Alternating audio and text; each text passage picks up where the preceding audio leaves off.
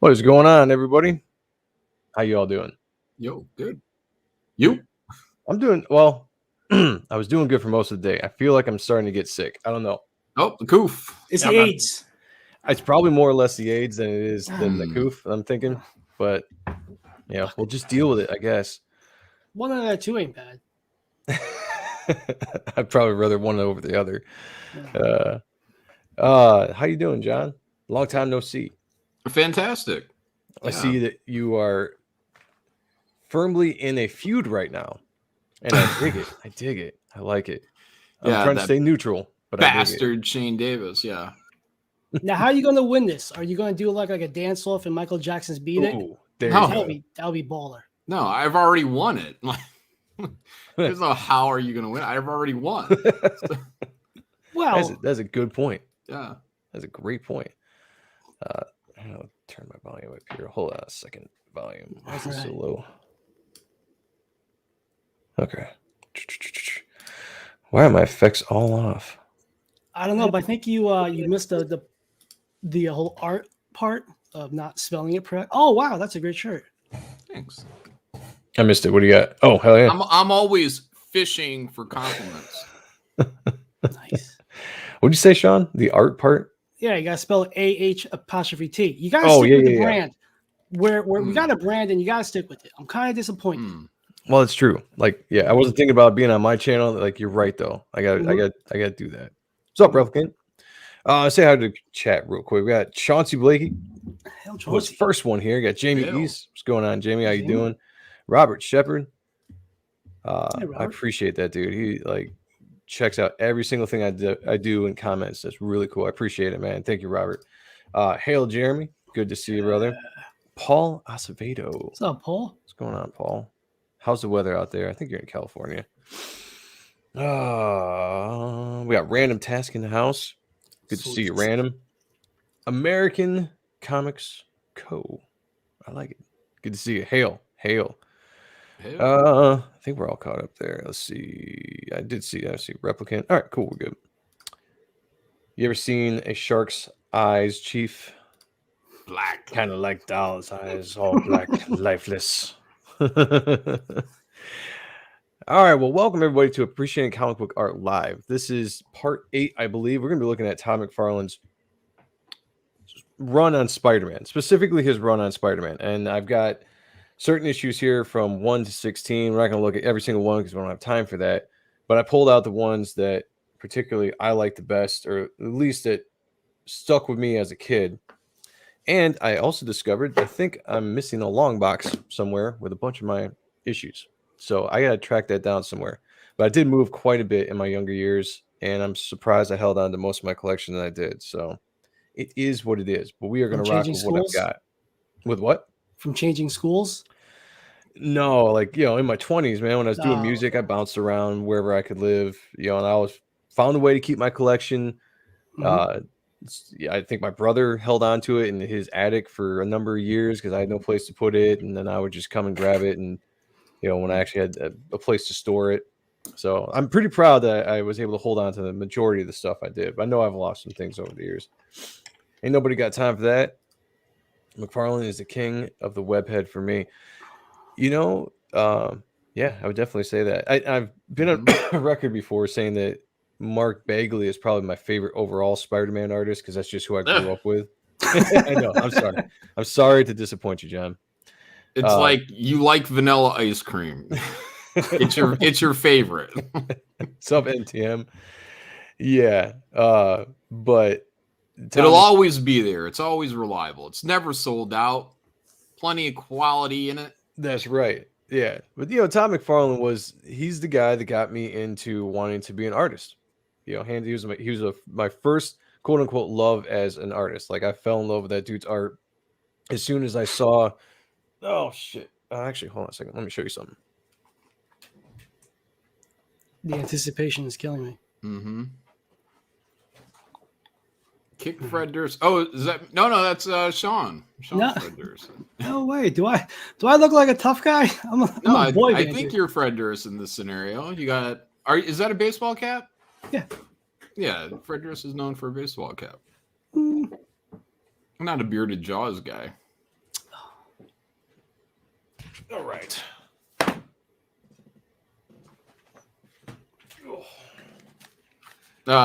Maybe he's talking about Joe. He said, I can't believe Durst just said that heresy right on a McFarlane stream. Hey, I didn't say that Bagley was better than McFarlane. No, I just your said favorite. You know, if you had to pick a date to the prom, you know, you would pick Bagley. He took his sister because he was homeschooled.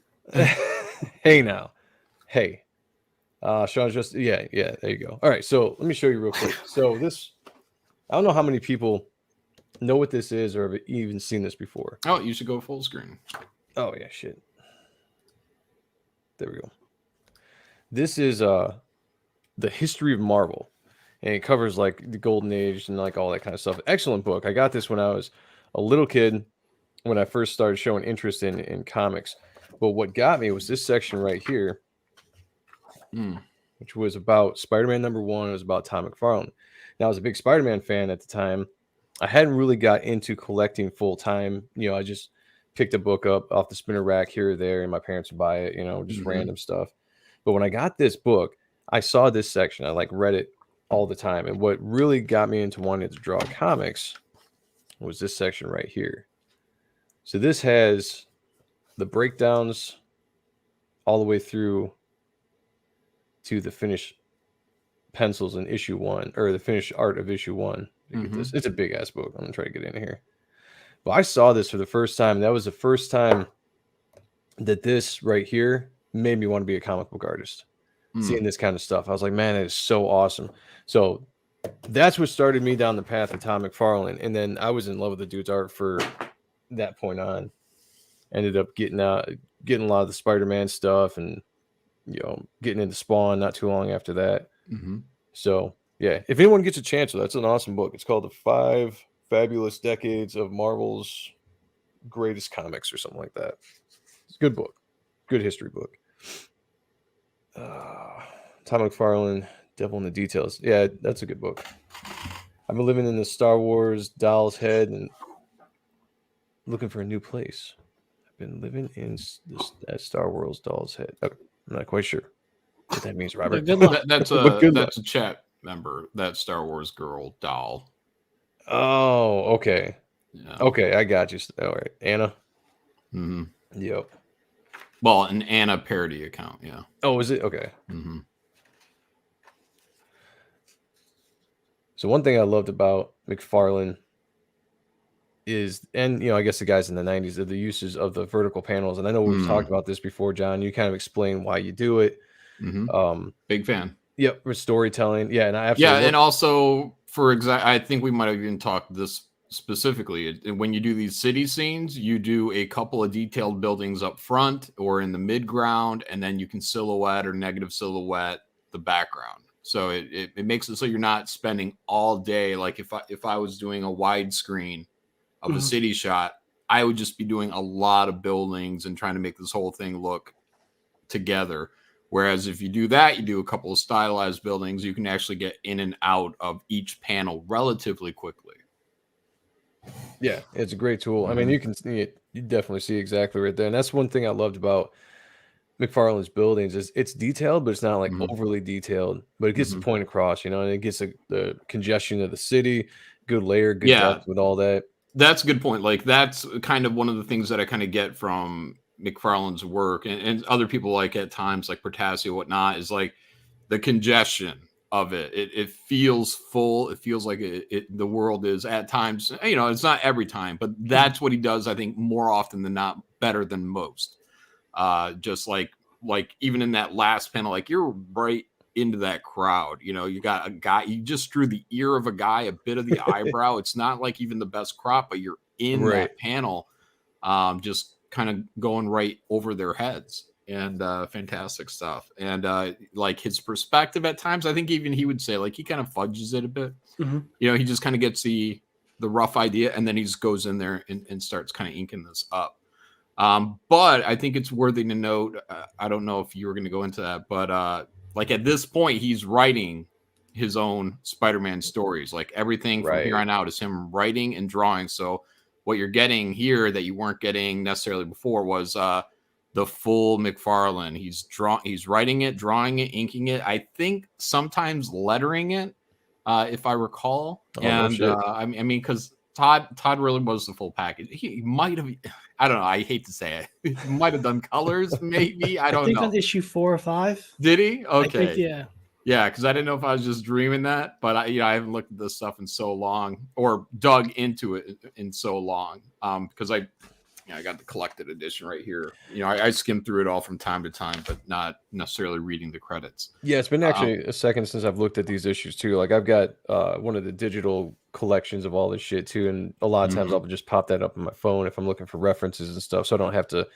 Like these are some of my first issues, honestly. Like I've got a bunch of different copies of these, but this is actually the one from my childhood. Oh, that's great condition. Yeah, like I mean, I was always trying to be real careful when I fingertip is when I read books and kind of stuff. That was just the way I always was. Yeah. And a little bit of lore, if I recall correctly, is when it came time to doing this book, Todd was already kind of at the height of his Spider-Man career.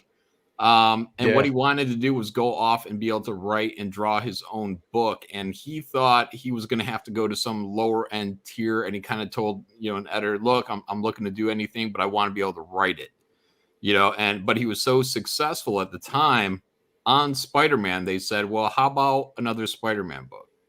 And boom, that was it. I mean, it was history right there. Mm-hmm.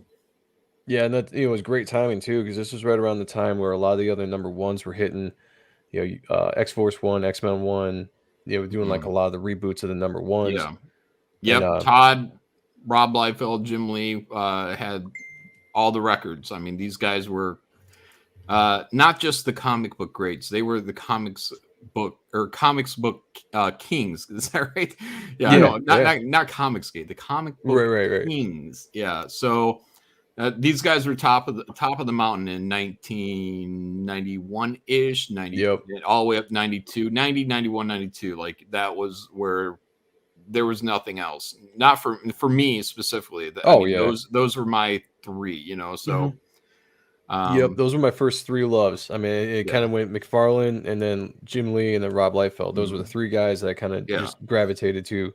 Yeah, I've always put Todd at number 1 and Rob and Jim tied at number 2. But why Todd? Because something like this right here, that's immersive. I mean, you have the depth of Spider-Man himself, the foot in the foreground. Then you have that beautiful kinetic webbing going all over, which I think, for one, he popularized that. He may not invented it, but he popularized it, and it became known as spaghetti webbing. And I think to this day, I don't read Spider-Man, but I think to this day, they still use that webbing. Before that, it would be a series of lines with some random X's in it. Mm-hmm. And he did that wrap where the webbing wraps around itself because that would help with showing the webbing in depth. But then him being able to turn that stuff and lasso it all around and just making so many different interesting curves. And the figure himself, he would contort him in a way that wasn't popular. I mean, it was popular. It wasn't popular with like editorial or old school Spider-Man guys because they say, look at him, his body's all over the place. But like the Ramitas whereas Todd was like, well, I'm going to make him kind of more like a spider, with those kind of articulate, those pointy, different, dynamic legs, and that's what he did. He brought the cartoons out of it. A lot more black in the costume. Oh yeah, and the eyes. He made the whites of the eyes much wider. Like that's still my Spider-Man. Like if I'm drawing a Spider-Man, and I think I drew a Spider-Man head or something. Maybe a couple times in Marvel. I did the who was that? Miles Morales, and I tried to do the big McFarlane eye on him and stuff. Yeah. When I did my Thunderbolts, but. Yeah, even like the logo, he was really good at the branding too. So like if you see that Spider-Man or the spider logo, look how big and thick it is. And also this is almost kind of where I kind of see I see so much like what I feel is like kind of Kirby, these big, thick characters filled with mass. The buildings have mass. And but the design aspect, even in the Comic Book Greats video, he talked about like kind of branding. If you're gonna do Spider-Man, look at that big logo he did. If you're gonna do say Superman, you may do like I think it was like kind of John Byrne where it's not just this small kind of shield. Right. It's going like all the way out to the pecs, and then it's coming all the way back down. Like this thing is like this big, massive flag. If you're going to do Captain America, don't just do the small little star like they're doing it in the TV show. Do like this big, giant, massive star. It's just this big, beautiful graphic that you can throw on people. Yep. But people tend to do the little graphics. You know, even now they tend to go small, and it's like, look, man, you can make these things huge and more impactful. So, I mean, just the beauty. And then the line work, the amount of lines that Todd is doing versus what anybody else was doing at the time. Many of them kind of nonsensical, but they're fun. Yeah. They're fun to look at. Right. They sometimes are adding to the energy, but they definitely make you feel like the page is detailed and he spent time on it. Like his pages have texture. You can go through everybody else and they'll just do color. You know, it'll be an outline with color. Nothing wrong with that. But that's kind of what Todd brought. Was almost like I might be wrong, but I think it was like more like kind of like an Akira type rendering on like the building, Yeah. these kind of ups and down lines, the manga aspects. Right. You know, he was bringing that back. He was bringing in speed lines, and you know, just really, you know, I say Todd and Rob were very much like, to me, a form of American manga. There are these kind of cartoony-esque characters, definitely with Todd. I mean, when you look at what he did later with Juggernaut, you know, just that big, massive, that goofy looking mouth. Yeah. That was completely what you could have found in a manga. So, but it didn't look like a manga. It wasn't trying to be a manga. It was the closest thing to what I would say true American manga, where you're not just trying to fucking gank some shit that they're doing, but you're doing it in your own way. And the best. I mean, Todd's art actually went back and influenced like the guy who did, I think it was Trigun. So if you guys look at Trigun, the series, like the main figure, Vash the Stampede, has this red flowing kind of trench coat. And at times it's moving like Spawn's cape.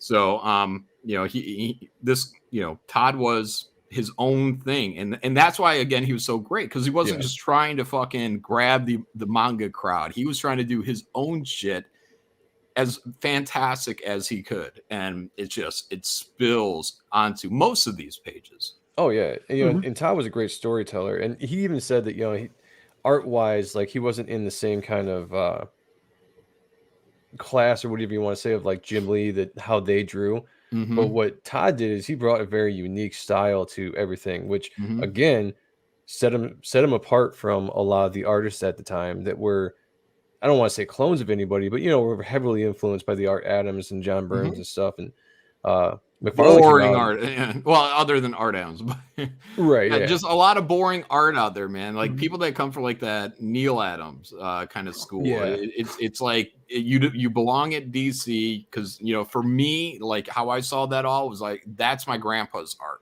you know, or my grandpa's comic. Yeah. My dad would be reading DC comics. He wouldn't be reading Marvel. McFarlane, Liefeld, Lee, like those guys were just banging. It was the exaggerations. The things weren't necessarily perfect, but they were more perfect, definitely with like Jim Lee than they were Rob and Todd. Oh, for sure. But Jim Lee couldn't bring to the table what Rob and Todd were bringing to the table. Yo, random test. Did anyone ever count the spiders on the cover? I did not. No, I did not. But yeah, I mean, more vertical panels here, and the detail and the webbing. But also Todd was, you know, he would tell people like, you know, hey, I have ways of trying to save time, which is, you know, if you look at that third panel that we're looking at there, you know, the whole background is black, just hands and webbing. So, and then even the one previous to that, you get these nice long silhouette shadows. It's not just some room that's been left for a colorist. He put in this kind of interesting lighting, noir-ish, I guess. And then in the last panel, look at those speed lines on the ground. But that ground has texture. It's got some shadows and it's got shit on there. There's some water in there. We see a garbage can lid that may or may not be on perspective properly. But it doesn't matter. It's Todd is just really kind of just burning through this stuff. And I mean, he's at his prime right here and when he goes into the, you know, the early issues of Spawn as well. Hey, Corey. What's going on, Corey? Lord Crackhead said, I now want to pull out my copy and try to count. Yeah, somebody do that. Let me know. I'd be interested. I don't have the patience for that, though.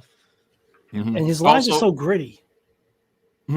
His lines are gritty. Like they're not perfect or technically as like Williams, how he does his lines. Like there's a cool gritness, graffiti aspect to it that just adds life to it. I would say that this really inspired a lot of artists of a generation to do a similar kind of grit and backgrounds like that. I mean, kind of reminds me a little bit of what David Finch might get into later on in his career. Sure. You know, just adding a lot of that because it just adds something to the panel.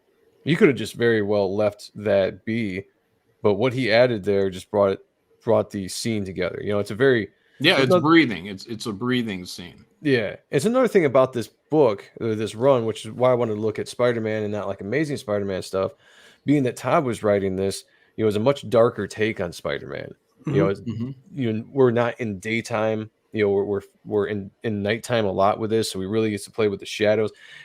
Honestly, this is kind of like Spawn before Spawn, right? Well, I think he's doing, you know, kind of Frank Miller Dark Knight with Spider-Man. I think even one of these covers said like the Iraq Knight or something like that. You know, I think Legend of the Iraq Knight. Yeah. So I mean he's basically doing. You can read some of it. It's, you know, very kind of again noirish. There's a scene where Lizard is holding Spider-Man and throws him off a building, and like it's like the thing that they generally say don't do in comics, which is, you know, say what he lifted him up to the heavens, he cast him down, right. You know, and it's like you're showing and telling at the same time.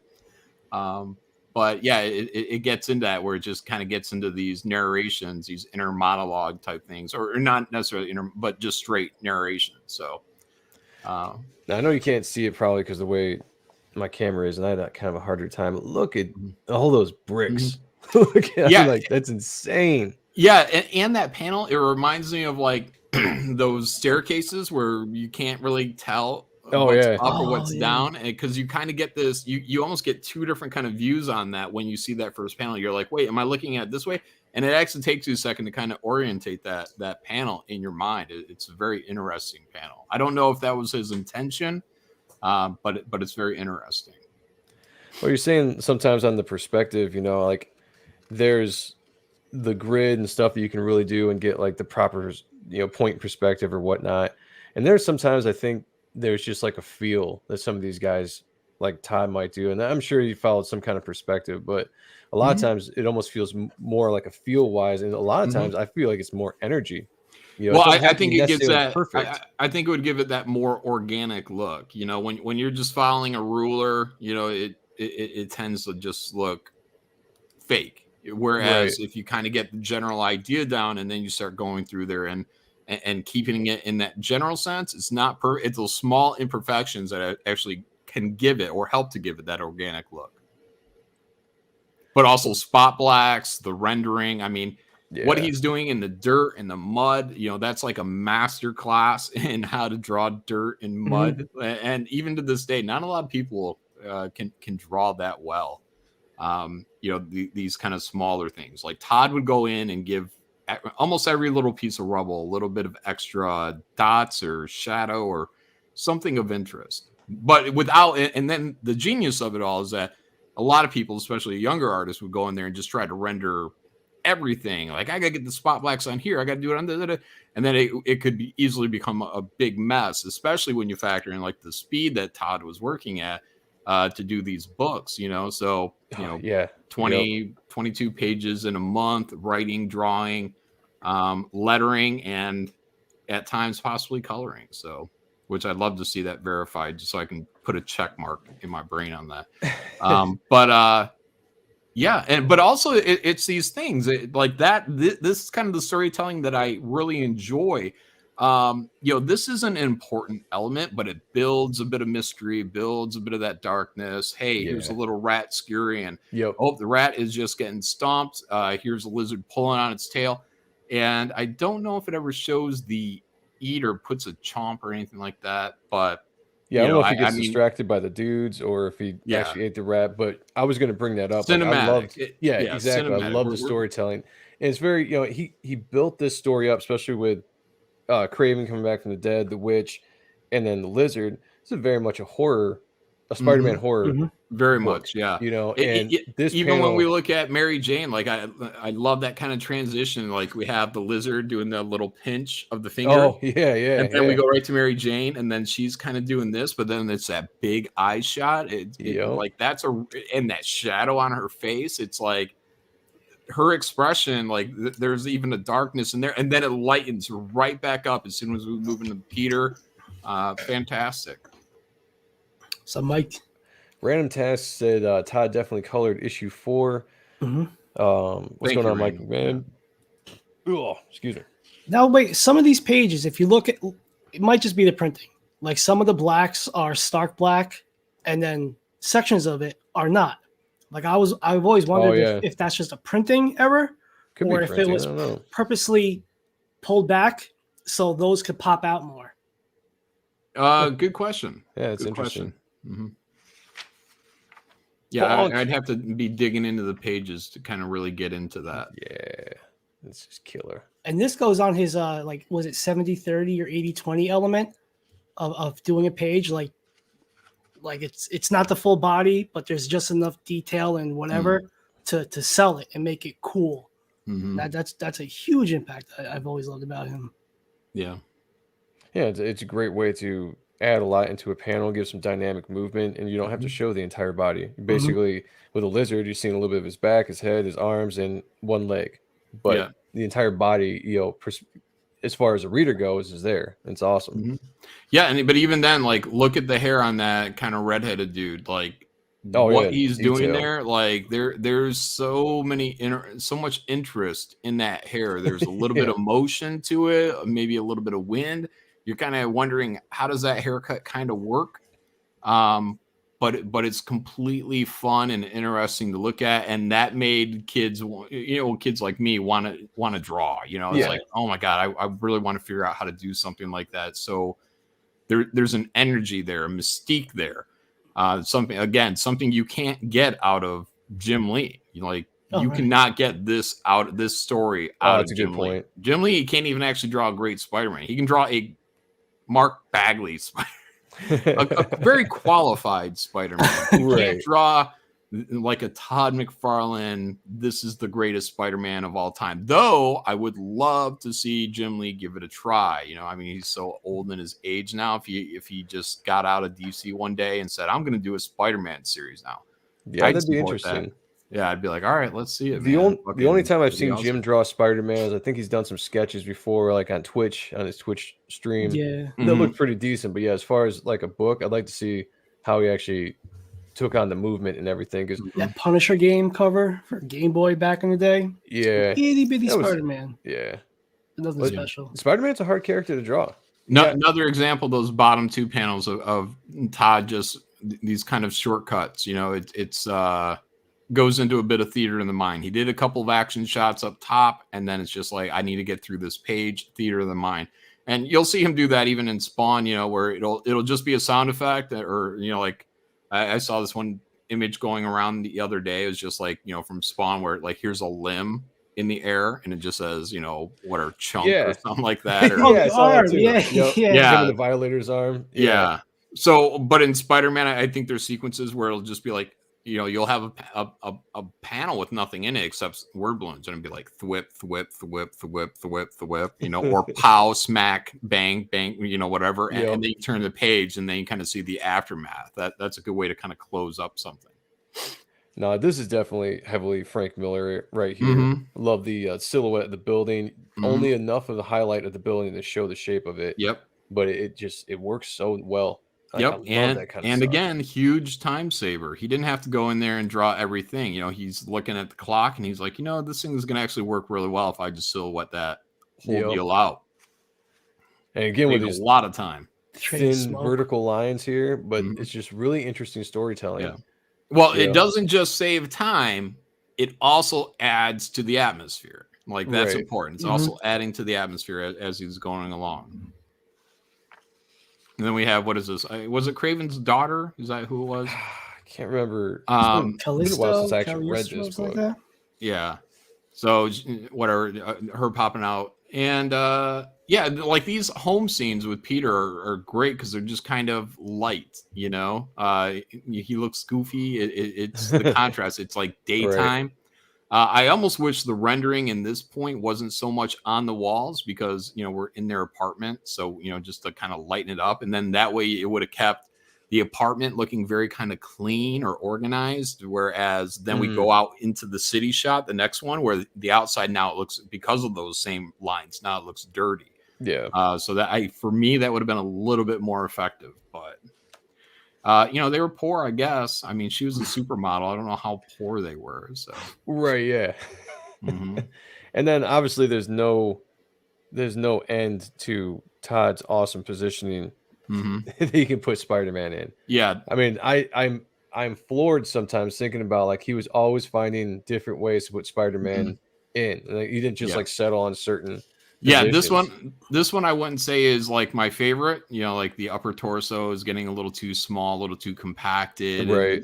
The flow isn't necessarily there with just the shoulder, the head placement, just the body kind of working in that position. The legs look great. The webbing looks great. The city in the background is spot on. Todd, and again, it's full or congested. You know, you feel like you could almost, you know, hop down into one of those windows and say, "Oh, hi, hello." Yeah, he did such a good job with that kind of stuff. And honestly, this is actually one of the few day scenes I think you get in the first 5 issues of this. Now, this absolutely home run right there. That's a save. Like he's like, man, I almost did all right on that Spider-Man. I better be sure I fucking land this next one. And then there's a great landing, and even the sky up there like looks really great, beautiful. But also like when you think of when I think of comic art, especially in the early 90s with these, when they were still doing the flat tones, like that really adds to that kind of graphic quality of comic book arts. And when we have all these super rendered images, it's not the same. Like even with Godlike, you know, I'm trying to work where I'm having the main figure look almost flat tone, where we can have everything else kind of around it with color. Just to keep that subtle, very subtle kind of graphic quality that, you know, the old comics had, and maybe go a little bit more kind of animation style. Yeah, that's a good point. I mean, some people will complain about the old colors to some of these books, but I think, I mean, don't get me wrong, there's some stuff that obviously is better nowadays than back then, but there's just something special. Great ad placement, by the way. Arachnophobia in a Spider-Man comic. You know, like I remember those. It was like 2 back. Oh, yeah. But I think I saw Arachnophobia just because of like the ads that I was seeing in the comics. You know what I mean? But that's a killer cover. It's like, oh my god, is that a Spider-Man movie? Arachnophobia. Right. Perfect. That's how you do advertisement. This is one of my favorite issues, which is why I wanted to look at it before we skipped a couple issues here. But this one was, I don't know, move the camera up. Hopefully I don't lose focus. This was one of the first McFarlane issues I ever owned, was Spider-Man 2. And I can't remember if I bought this or if somebody bought it for me, but I remember this when I first read this, I was pretty young, and it didn't scare me, but it was just such a different tone than what I had seen before, because I was picking up Amazing Spider-Man back issues, you know, going back before Todd, you know, anything that was like in a library that I might have gone to when I was a little kid, and then I'd see something like this, you know, especially a page. Hold on real quick before you turn that page. When you start a comic, like this is what I'm a big fan of, is in that first page, that's a great opportunity for you to do panels of the same size, same width, height, whatnot, stack them next together, whether they be these long vertical panels or widescreen horizontal panels. You keep them all the same size. That way it's like a beat. It's like boom, boom, boom, boom. And then that's a great opportunity to where on that next page, and I'm not sure if you did it on here, but that's when you go into like a double page spread. Right. Definitely a splash, but a double page spread. And then like when I did Thunderbolts, that was like what I went for. You open it up and then it's like, so hopefully there's a double page spread here. But Todd was actually pretty good about pages like kind of 2 and 3 being double page spreads. So yeah, so if you look at it, it's the exact same setup as issue 1. long panels, then double pretty page much spread. the same size. Yeah. Yep. Double and then this page one spread. just has the awesome picture of the lizard attacking these two dudes. Crazy perspective. I mean, this is it sucks that he gets lost a little bit in the crease. Yeah. But overall, it's just such a killer panel or page right there. Yeah, you guys, you can do that trick till the cows come home, by the way. You know, so when you start laying out comics, always be like, how can I get this off on the right foot? Well, you do that either 4 or 5 widescreen panels or 4 or 5 vertical panels, all same size, height, width, whatnot, generally. And then you open it up, double page spread, great spot to put a big title, what a big graphic or whatnot, and to have that just immersive image. And those immersive images are also what I would say is like the kind of Jack Kirby quality of Todd Mcfarlane. You know, Jack, he may not have gone in there and done all the little hatch lines and whatnot, but there was a lot of field of depth in a lot of his double page spreads, and people would be like, how does all that fit on these double page spreads? Like the image felt bigger than what the page could actually hold, and that's the same with Mcfarlane. He manages to do that. We'll start over. It's okay. Yeah, great. Yeah, we'll go back to the beginning for you, crazy. Yeah, it's definitely like kind of like the Jack Kirby feel where he would do splash page, double splash, but this was a little bit more, Todd style. But yeah, the double splashes I always thought was awesome, especially when it was a really dynamic thing. And but even that font treatment, even what's going on in that, it's like, that's creative. I think Todd probably drew that as he drew the page. He might have, again, I don't know if he did the lettering. No, writer artist here. But look, there's a spider web going all the way down, the graphic of the torment in there, the I'm sure symbiosis of text and image, the overlap. Like, this is done with a bit of care. Yeah, I'm pretty sure Todd drew this because I want to say I've heard him talk before about like other stuff that he's done, but like he was big into like putting this stuff in there. So I wouldn't be surprised if he did all this by hand. That third Doom drives me nuts because that M is sitting right on the edge of that guy's face. It looks like it's actually pushing in. No bueno for me. So, for letterers, if you guys are letterers out there, keep that in mind. Look out for tangents like that. It's kind of funny. It reminds me a little bit. As much as I don't like hearing Eric Larson talk, I've watched a couple of videos before where he kind of broke down some art, and he was breaking down like how lines would intersect from like background to foreground, and it just drove him insane because it would seem like they were attached. And it just so happened to be, and I started looking at my own work with that, and every once in a while I'd be like, oh shit, it's funny like how much you realize like you connect things almost subconsciously by accident. But it's a good thing to look out for. Another good thing here. I mean, this is like any good movie you might watch where you're looking at what you think might be blood and you're pulling out, and then it's jelly or jam, on some bread. That's like something, I don't know, Hitchcockian. Yeah, again, like you said, very cinematic how Todd would set this up. It's almost like watching a movie. You're right. And I think that was one of the things about his storytelling that was a little bit different than what you would see out of Jim or even Rob. Just the kind of the care it took into how he was setting up the scene, where he was putting the camera, so to speak. Even stuff like this, you're seeing the concern with Mary Jane, and that hair is giant and full. A lot of movement, a lot of energy to it. Yeah. We're still coming out of the 80s here, so true. But that's something that I feel like is still an opportunity, because you look at anime manga, they have these big crazy haircuts, it makes them look more interesting, whereas most things in American comics, it's here's standard haircut 1, 2, 3. Right.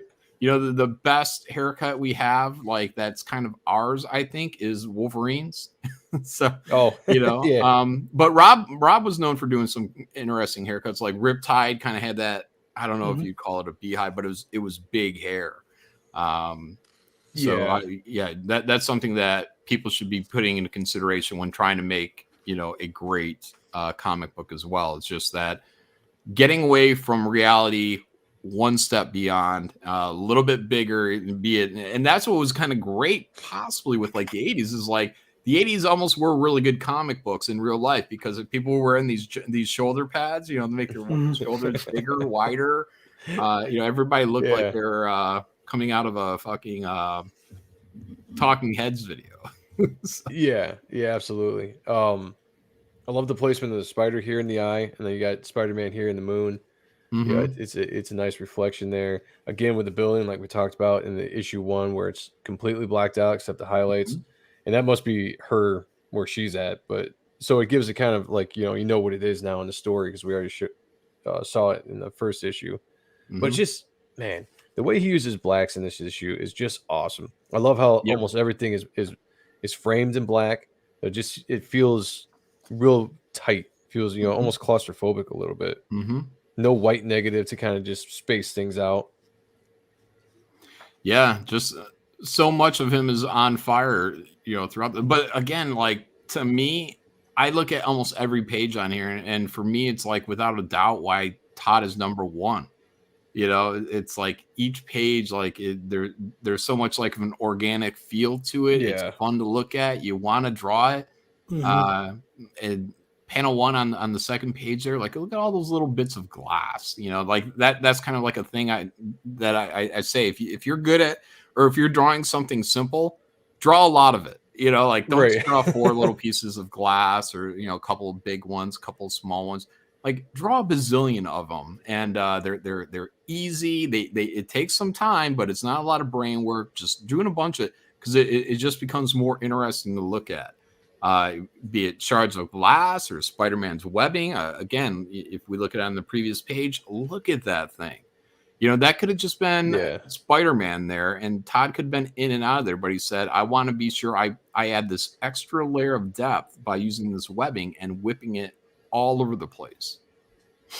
Yeah, it adds a great energy to the page and just moves things along. When you have just kind of a stagnant character that's just posing there, the webbing really adds to the motion of it. And then you go into a scene like that and it just explodes. Yeah, just like Spawn's chain. It's just another element to be whipping around at all times. If you get a kind of static shot, you just say, oh, well, if I put the chain out here in the foreground and work this thing back, all of a sudden that static shot is 10 times more interesting. Real simple tricks, man. That's what I like about Todd is like, even when you hear him, you're like, yeah, this guy, I don't know if he's so bright, but he has these kind of very simple mentality about, executing these pages. Like I think even somewhere he described like the cape. Oh, it's just a lot of paper airplanes. Yeah. I mean, it's for a guy that was doing monthly, and on Amazing he was doing bi-monthly or bi-weekly there for a little while. For someone to be smart enough to know the tricks to do things and still keep it really cool, like this, somebody could have detailed the hell out of that lizard jumping through there, but he blacked a lot of it out. But it adds to the mood, it adds to the horror aspect of what we're looking at, the mystery of. Same thing here. You don't see a lot of lizard's face in here. Everything's blacked out. Got the eyes staring through, but it works. It works so well. And also, you're in that scene, like these kind of off-kiltered panels, and even there where Lizard Hand is scratching up that big, beautiful logo. Yep. That's a great graphic, man. It looks perfect. And all the little details in the hand, it's the texture, everything's alive. There, in his world, everything actually kind of makes sense. Yeah, Todd was always really good at textures on hands, especially when he got into Spawn. And when you started doing Spawn stuff, and you had characters like the Violator and Malbolgia, I was always really impressed at how he drew like a monster's hand. Like just even regular people's hands, but he always put a lot of detail into hands. A lot of line work. Again, a shot like this killer, it's got a lot of the blackout, but you get the point across. You're seeing what's happening. A lot of energy in it. The blood splatters. Awesome. Yeah, props to the colorist for choosing red as the background color too. So you get that red, white, black coloring going on there. Fantastic. It's aggressive. You know, I love it when we kind of, again, that's a little bit EC Comics. Like all of a sudden the sky's red. You know, so right. A little bit of color theory there. You know, when you're coloring, not just making things look pretty, but you're doing stuff to make stuff pop, make things stand out. You're telling the story. It's what I love about comics. Everybody that's involved in doing comics is telling a story. Whether you're a letterist or the colorist, the artists, you know, you are making sure that story flows. Another thing Todd did as well that was kind of missed is the webbing on the costume as well. Like he did more web lines than anybody else was doing. Like he wasn't skimping. And you'll see a lot of times, like Spider-Man, like in that costume won't have as much as that bazillion lines, whatnot. He'll still have them at times, especially as you get closer. But all that's already rendered. Like doing every one of those web lines takes care of a lot of that need for that kind of extra detail, and it also adds that, again, that graphic quality to what we're looking at. And I gotta give it to him, man, because that is not easy to do. I mean, that takes a little bit of time to make sure that the lines are even, that the way he's going across the costume connects correctly. I think it was all freehand too. Yeah, like to add more webbing, like he was, I don't know what he was on, but he was out to prove something, and he was doing it. Fucking love that shot. I love those water towers. Yeah. Yeah, good and dirty. Yeah. I remember going to Manhattan and just looking at them, and I'm like, they don't look as cool as Todd's. Like what is this? Yeah, it's fun, man. Even the storytelling is just fun. Like with the previous page of the little images within the head, you're telling the story, but it's just little beat shots. And Todd here, like, here's a good example, because he does this all the time in his work, where it's like, just like the catch up, it's the close up, you pull out a little bit more, you see an eye, you pull out a little bit more. Well, in this case, the hand, and then we get the other eye shot. But that, again, it's just an opportunity for you to kind of build mood, to kind of add up a little bit of that kind of tension, a little bit of that atmosphere. Because some people would just write where you're getting from point A to point B and you run through. But Todd actually, I think a lot of times that's the benefit of being the writer artist. Todd knew enough to say, hey, I need one page where I'm just setting up kind of atmosphere. So we're gonna see a bug's eye, then we're gonna zoom out. Now we see it's a bug. We're gonna zoom out. Now it's on a hand. We're gonna zoom out again, and then we see it on the Hulk. So. Yep. Again, great trick, guys. Put it in your bag of tricks. And again, just a killer way to end the book. Again, more of a shape than anything, but you get focused on the teeth and the blood and these, like you said, like kind of like manga-esque kind of speed lines and light. Just that kind of shit was killer. Yep. You have to make your final page or your final sequence. It has one purpose, like every time, and that's to get the people to come back the next issue. So you always have to be sure that you're not just ending on kind of a dull point or a whimper, like right. And so many times I see people going that way, but no, man, like really hook people, close them. If it's not just with the visual, and it should be with the visual for sure, then it needs to be the idea, the intrigue, or something. You need to leave people wanting more, especially in serialized work that never actually ends. Right, got cliffhangers. Unless you're ending a story arc, definitely have that cliffhanger. That's an awesome cliffhanger. I wanted to jump. So we're going to jump to issue 6 here in 7. The reason why I did this because Todd draws a killer Hobgoblin and a killer Ghost Rider. But the thing I love about Hobgoblin in this issue is they're almost reminiscent of what you could possibly see from Spawn only about a year later, I think. Right. Yeah, this was in January 91. So a year later, we would see Spawn hit the shelves. And if you see, well, first off, that's just, practice. Yeah. Dang. Yeah. This is the kind of stuff that just completely drew me into Todd early on more than anybody else. were these big in your face, almost kind of like when we were looking at Dale Keown's work, right? Just your other favorite artist. Yeah, just a real in your face kind of stuff, but like the detail, so much detail without over rendering, but just great uses of blacks and just killer positioning. Yeah, that pose is just awesome. Random task in chat is saying McFarlane's Batman 423 cover was an epic cake. Yeah, I mean that was always in his bag of tricks. He was always doing these kind of crazy capes. I think he did it with a character called the Prowler. I think it was as well. Oh yeah. It was also kind of a bit of a. Well, I don't know if I should say proto Spawn because he had Spawn in his portfolio for years. So yeah, since he was a kid. Yeah. Well, at least the way he would draw him, because I mean, even if you saw like the early sketches of Spawn, he had a big cape, but he didn't have like the big cape that you would see. Like when Todd started drawing the big cape, and Batman, the Prowler. Here you see an awesome cape that he kind of puts on Hobgoblin. You could definitely see where aesthetic wise how you could use it for energy. This is something I use in my character and this is probably something that inspired me when I was younger, when I designed my characters, cape and stuff, is like the rips. There's something about ripped and tattered. You can really kind of do some good storytelling with but also like he's not doing a whole lot of these kind of thin little strips that are just kind of hanging all over the place. Like a lot of his tatter, they're actually wide, again, kind of almost graphics. So these wide shapes, like if you see the ones coming off of his forearm there, those aren't just like a bunch of tiny little meaningless kind of strands hanging all over the place. He has these interesting shapes kind of just folding in and out. So again, just another thing to keep in mind when you guys are doing tattered clothes. Sometimes a nice big chunk of ripped cloth is better than a bunch of tiny strands just kind of floating about.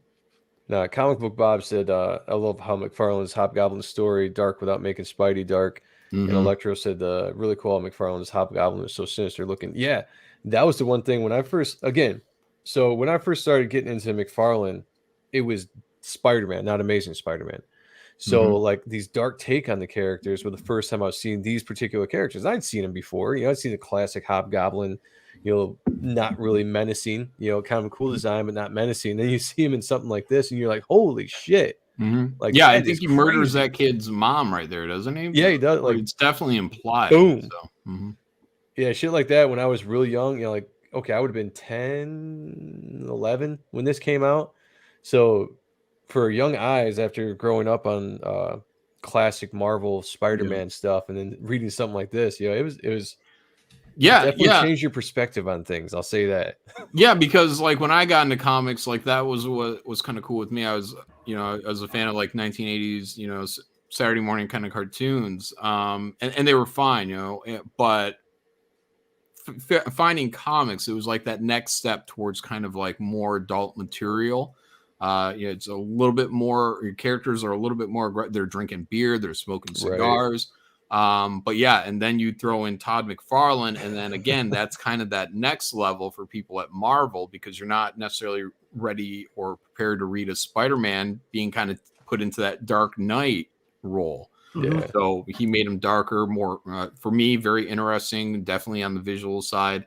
But he also kind of balanced out, like, again, when we get these Peter scenes, like he's doing something kind of fun, even later on when he's in that, what was it, the with Morbius, whatever, he's counting donuts. He's like, here's my donuts. Which one do I like best? Just these kind of goofy, lighthearted kind of moments, right? Which really help to contrast these darker villains. And this is kind of like what I was talking about with the cape. You really kind of start seeing that kind of aesthetic, come together. And NTM made a great comment. He said, one thing about the bigger chunks of cloth, when it is tattered, it adds weight. Yeah, absolutely. Yep. Again, great cinematic moment cut from Hobgoblin. Does he have the kid there? Yeah. So he takes the kid and he's hugging the kid. Yep. To Peter and Mary Jane.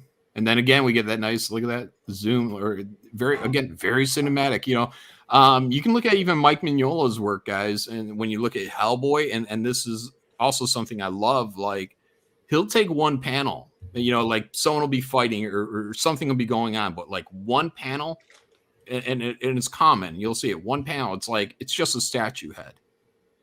But it's like the statue head is kind of watching the scene, even though it's not, but it's just a moment. So you can go through Mignola's Hellboy, and you'll see that somewhat often. It'll just be a random panel of some object kind of viewing the scene, but it's just a small moment, cinematic. For me, that's how it comes off, cinematic, and gives more flavor to the page than if it was just panel 1 is a punch, panel 2 is a kick, panel 3 is a throw. You throw in one panel that's just, you know, a viewer, you know, and it gives it a flavor, a feel, an atmosphere. Cinematic comic books. Comic Book Bob said McFarlane made his capes almost look like they were alive, like they were in motion even when standing still, long before Spawn's cape, before his living cape. Yeah, absolutely. And you can see, I mean, this is just beautiful. I think largely he made the cape of symbiote living thing to, just so he could always justify that craziness. Right. I don't know that he needs to, but he's already created or co-created Venom, who was a symbiote. So, that wasn't too much of a transition. But to get a writer to write that same page that we're looking at, you may not get, because it'd be like, oh, well, I have 4 more panels. Let me see what else I can fit in here. Let's have Mary Jane say something to Peter, back forth. It can definitely happen. It's actually the most common thing. But because we have Todd McFarlane with an opportunity for a writer artist to go in here and do their thing, he says, I'm going to just do these kind of panels about nothing. And it's easier to draw a simple mask laying on a floor and whatever, and to do these zoom ins and zoom outs. Very powerful work. Just doing zoom ins and zoom outs. It makes it more interesting though, a lot of times, than just them sitting there and talking, having a conversation. A lot more cinematic. I always thought he drew a killer freaking Ghost Rider. Yeah. I mean, when I saw this stuff, I was just like, nobody else is doing it. Yeah. Like, there's nobody else out there but Todd fucking McFarlane. I was so in love with this stuff. It's just beautiful. And that's just it. Like, not only can he do horror, but fucking Ghost Rider looks like a fucking god here on that fucking bike, and the chain is so thick. We got the building ledge, the foot hanging off, and then next panel we get that full down shot. Because if you look at just the left side, you say, well, maybe he's on a not so tall building. Now we see he's on now you see it. Yeah. Very tall building. So great job on that. Yeah, this was actually. I always kind of dug Ghost Rider, but when I saw this, like, I fell in love with the character because he made the character look so badass. And real quick, Joe, if you back that up just a second, another thing of note, like the vertical panels here, like those 3 panels are not hard to draw. Definitely not hard to draw for Todd McFarlane. True. But they look good. They're like drawing that guy. If he panel 2, if he had drawn that guy full figure, he would have had to sit there and figure out a lot more about where things are going. But when you just cut it down to that sliver, you're like, I just need to be sure that I get the head in there. I draw a nice head, and I get a little bit of fingertips in there for that kind of added little depth, and then leave room for word balloons. And this thing's going to work out fine. And same with the Ghost Rider. I mean, that thing probably took Todd McFarlane 20 minutes to draw, probably at best, that Ghost Rider head there. And that's probably at best, man, because the guy could really fly. He was on fire back then. I mean, he was not only drawing like Spider-Man, he was going off and doing covers for other people. They just didn't have enough work for, But he was always trying to hit up more people for more work when he was working on his Spider-Man book. So then you got a couple chain links, and then a bunch of speed lines, like it just all works great. And one thing I've brought up before in previous videos, when I've just had pre-recorded videos, I love when somebody knows when to properly use a silhouette. You don't have to draw all the detail of the building, the detail of what the guy looks like, him holding the dude. You get the same point across, and it's actually, in my opinion, a lot cooler. When this this entire page probably took a young Todd McFarlane no more than 3 to 4 hours. I mean, he just had the gesture down, went to town, because you don't have to do a lot of brain work, because Faces are relatively easy. You know what you do, especially if you're Todd, because you just do what Todd does with these faces. And sometimes they're hit and sometimes they're missed. True. But even when he does a lot of the rendering stuff, like for the most part, it's not even that super tight. Like it'll be a certain amount of lines. Like he could have done more speed lines there on the right side. But it just drawing it that size, you can look at like original boards, whatnot, and he's just kind of burning through this stuff a lot of the times. He's not going in there super tight and doing these super detailed things. He's just like just busting them out. So we've said this before when it comes, like these buildings in the background are great. A lot just shape and lines, but it brings it together. You get the sense of what it is, and you don't have to spend a ton of time making these crazy realistic buildings with all this detail that a reader is just going to really pan right over in 2 seconds. Because anybody's going to be focused on this is going to get lost anyway. So why spend a shit ton of time, drawing the best building you've ever drawn in your life? We can just progress the story along, and it still looks cool. Drew said, "Who was your favorite Ghost Rider?" This was my favorite. Yeah, the Danny Ketch Ghost Rider will always be my favorite. That's who I grew up with. Yep, that's who I grew up with. I like Johnny Blaze. Yeah, Johnny Blaze. I almost said Johnny Cage. Johnny Blaze. But Danny Ketch was my favorite. I always thought that bike looked a little weird though. Oh, the design of the bike? Yeah, just had the big shield on the front. Yeah, not very practical, but I thought it had a badass look to it. I thought it was really, really cool. Another awesome Spider-Man. Look at all the webs, positioning wise, just crazy rubber limbs, but sexy Mary Jane. Can't just skip over that. Also, on that right hand, not only is it a splash, and we have all the good things we love. We got the webbing, we got the depth of the figure and all that. He puts in a hint of a building, a hint of what looks like a tree, but he also puts his border, so he's cutting outside the border. But because he puts that border on, he doesn't have to draw full bleed. Oh, yeah. Good point. Aha. Cuts a little bit of time out. He's saving time all the time. He's finding opportunities. But it's not. It never looks cheap. Mary Jane was like, the way that you could sexualize Mary Jane was awesome as a kid. Like I mean, and not in a bad way. I'm just saying, like, speak for yourself. I grew up wanting to marry a redhead because of Mary Jane. That didn't happen, because I found out redheads were crazy. But in the comic books, at least, Joseph said, the Todd father inspired me to become an artist myself, just gorgeous framing and panel work. Yeah, that's kind of what I was saying earlier, that Todd was the guy that made me want to become a comic book artist. My art is not influenced at all when it comes to style-wise, because I've had so many over the years, but this was the first time I really wanted to draw comics. And I showed something. If you didn't catch the beginning of the show, I showed a book called 5 Fabulous Decades of Marvel, blah blah blah. But there's a section in the back that showed Todd's process with Spider-Man from issue 1 that showed roughs to pencils to inks. And when I saw that breakdown for the first time, I was like, "Yep, that's it. I want to be a comic book artist. I want to draw." Like that's the stuff that really got me in. And I was a huge Todd fan for years. I mean, even when I got into Jim Lee, Todd was still my favorite for the longest time. Shit like that. I loved Todd's shadowing here without, the times he would go with the shadow or the kind of like secondary light or whatever without having to do dark blacks. I always thought was uniquely Todd McFarlane. He would do this in Spawn a lot of times too. Yeah, you don't normally see him do that kind of line work either. Like that's what we're seeing with that Spider-Man is actually pretty rare. More often than not, he would have left that kind of shadow just kind of open if he wasn't going to fill it in with black, but he obviously didn't fill it in with black because he has so much of the black in the background. Yeah. So if you have black background plus black foreground, that image as it is would probably kind of it would flatten out.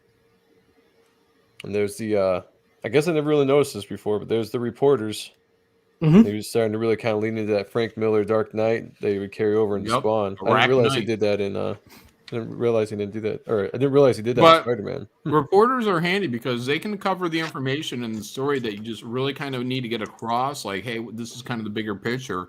You know, that's why we do it in Graveyard Shift. You know, that's, again, very inspired from McFarlane, Frank Miller. It's like, oh, by the way, here's a bunch of stuff that we can't tell you that we're going to have these reporters tell you. And they're just going to be sure that by the time you're done reading this book, that you have enough information to in your head that you kind of have this fuller picture of everything. It's a great trick. Everyone should use it. And use your friends as references. The theme of tonight. Two things about this sequence. One, this could be the first time I think I've ever seen Coke used in a comic. And I'm really surprised that he was able to get this in the book, to be honest with you. I'm surprised they didn't edit this out. Yeah.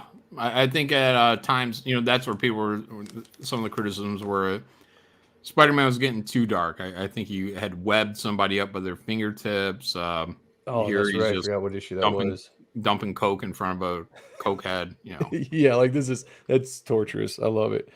But again, crazy, you know, the crazy lighting on here. He was starting to kind of lean into this, especially in the later Spider-Man runs and then early Spawn. We'd really see a lot of this that he started putting into the costume. And it would be just like an off color, or it'd be like an orange color or something like that. But it really just added an interesting dynamic to his art that nobody else was doing. Mm-hmm.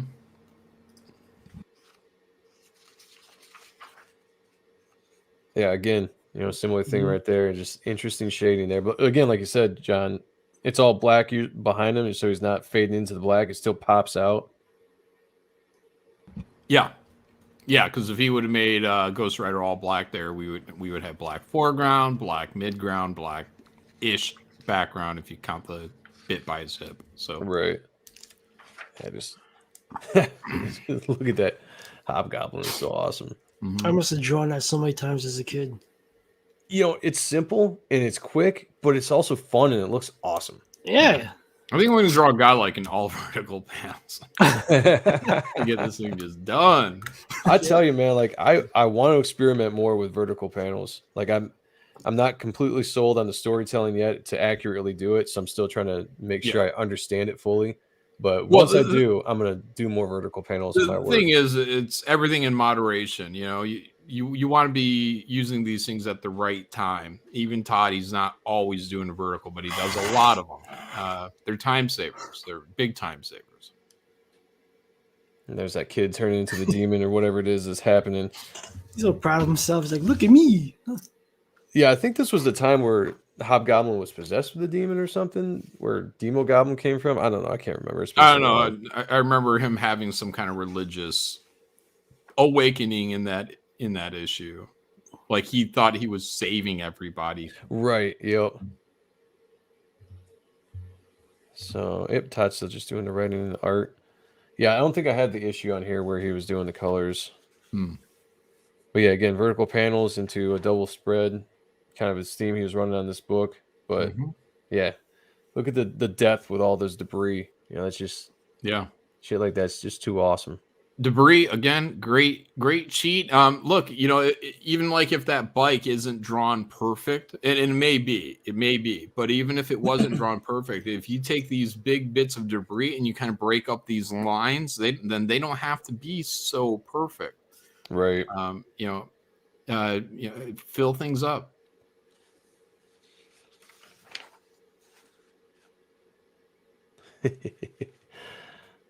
Movement. There's so much movement in that first panel. That's what I love about anything. You got the movement with the cape, you got the movement with the flames, the action that Spider-Man's kind of doing this weird stiff pose, but it looks good compared to all the crazy like wavy lines and shit that's behind him. It's well done. Yeah, I mean that fire coming off that bike is insane there. And yeah, it's like Ghost Rider's just kind of zipping right through that alley, and Hobgoblin's jumping out of the way, and then we move into that big close up. The Uncle Sam moment. Yeah. Ghost Rider wants you. I want you. Hobgoblin made a deal with Mephisto for power, so we gave him demonic powers and made him look like a demon. But when he looked at his own face, he saw himself as normal, basically made, okay, that's what it was. I knew it was something like that. Yep. And we should have OC Steve read this whole run, and he could have broke it all down for us. Yeah. I gotta see what's going on. I know I want to do a second part with McFarlane and do the Spawn stuff. So I'm gonna see if OC Steve will shell out some more money. Yeah. Hey, you want to come on the show? Buy a bunch of comic books. Yeah, exactly. Well, I'm hoping he's got. I'm sure he does. Yeah. I'm sure he probably does. Yeah. Yeah, and just great. Just inspiring stuff, man. Which is why I love doing these shows. I love looking at these old books of these artists. It's just back when stuff was inspiring. They were out to prove something. This was the time where they were out to like kick everybody's ass. Like it was good, healthy competition within the industry, and everybody was putting out their best work because you're trying to top everybody. Yeah, and then if you look at the stuff that was prior to this, it all seemed boring. Yeah. Like John said earlier, like Neil Adams. Yeah, he's a great illustrator. He's boring. Well, once for me, a lot of those guys are definitely boring. So, but I'm much more wanting to see comic book artwork that is away from reality than trying to duplicate reality. Yeah, absolutely. Right. If I want to see realistic shit, I go to a museum. Well, once you broke into this era, in the storytelling change, you got away from the grids. You started doing more of these splashy pages or anchor panels and like all this kind of stuff. Like it really made comics way more interesting. So it's nice to go back and appreciate the artists that came before and see where everybody's influences are, and mad respect for all those guys. But yeah, I'd much rather read a book from this era. And honestly, leading out of this era, it kind of, the backlash to the 90s happened. I think you stop seeing a lot of this storytelling. You might see elements of the wrong people got in charge. Everyone who was a jealous hater of Todd McFarlane, Rob Liefeld, they fucking shunned every new upcoming artist. They shunned them for years from getting in the industry. But if you back up one sec to that previous thing, I just wanted to point this out. Top one kid, like that's any anime. you know what I mean? Like that's perfect for the kind of cartoon head. Panel 2 is that's pretty much a panel that is a cover. I mean it's that's a good point. You put a Spider-Man logo behind Spider-Man, that's a cover. So fantastic. Todd is working on such a high level. And he interesting. There are points in here, some of the I don't know if some of the word balloons are in the best spots. I'm not always sold on some of these things. But with him being the writer too, I when I was even flipping through my collected edition here, I was like, oh, okay, well, he ended up getting someone talking at the wrong time. And you have to have like that balloon with like the long tail. But that's like the power of being that kind of writer artist, is that where, just from looking at a panel, where you should be able to fit the dialogue properly. Yeah, that's true. But there's missed opportunities. But we're dealing with 1990, 91, 91 type era. And just the entire process, it's easier for me to be like, oh, that should have been a quick change. I mean, the lettering process was different. Everything was a little bit different than it is now, and significantly different. So the time to do these kind of what are now fast edits could have taken too long to keep these books on a regular schedule. Yeah, that's true.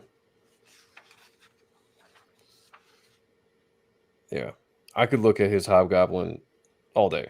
Yeah. And that's, I'm glad he brought that into Spawn and kind of did that whole cape thing. Because there's really only one character in comics, honestly, in my opinion, that can pull off that Spawn look with the giant cape, just the shape of it all. And those bottom two panels there, great cheat opportunity. I'm not sure if the two cheats back to back really works for me though. Like silhouettes, a partial. Yeah, silhouette. I probably would have kept panel 2 as is, but panel 3, I would have just done a bazillion speed lines, or maybe put in the time to do some background. I think here he just ran out of time. So, Yeah, there's a little bit of a disappearing of backgrounds in a lot of these scenes. That's good food for thought. Yeah.